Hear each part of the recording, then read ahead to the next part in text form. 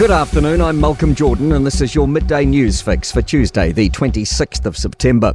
Labor's promising more than $1 billion in extra funding for Pharmac over the next 4 years if re-elected next month. Health reporter Danica McLean has more. Chris Hipkins has announced $181 million of funding a year from next year's budget so Pharmac can meet the ongoing cost of additional treatments.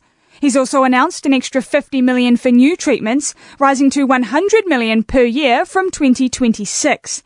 He says the funding boost would mean more treatment for cancer and other conditions. Nationals cracking down on people on the job seeker benefit, not actively looking for work. The party's introduced a traffic light system for people on welfare.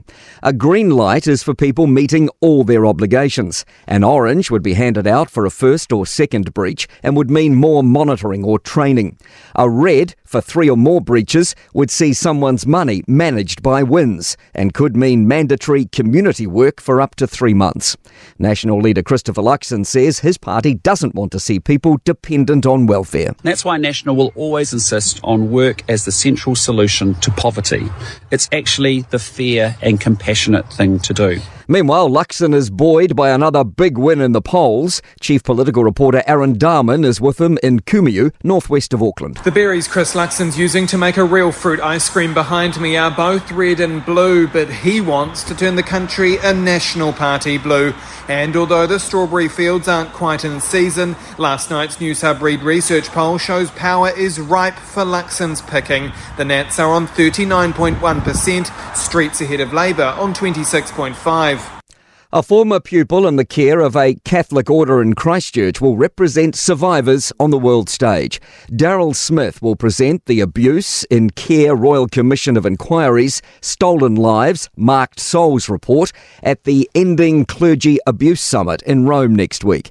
This comes as the Commission of Inquiry published a report on the treatment of children at 3 Brothers of St John of God institutions in Christchurch. Smith, also a survivor advocate, wants accountability. If they were serious about it, they'd be handing the effective brothers or Catholic, whoever they are, over to the police to be charged. Hundreds of Air Vanuatu passengers are stranded and frustrated. The airline's only Boeing 737 is grounded in Brisbane while it waits for parts following a technical fault. Australian correspondent Donna DeMeo says suggestions are being made as to how this could be prevented. One travel agent has suggested that perhaps Air Vanuatu should partner with other larger airlines so it could possibly offer more consistent flights. To sport, the all-white squad named for next month's international window includes the returns of Chris Wood and Sarpreet Singh.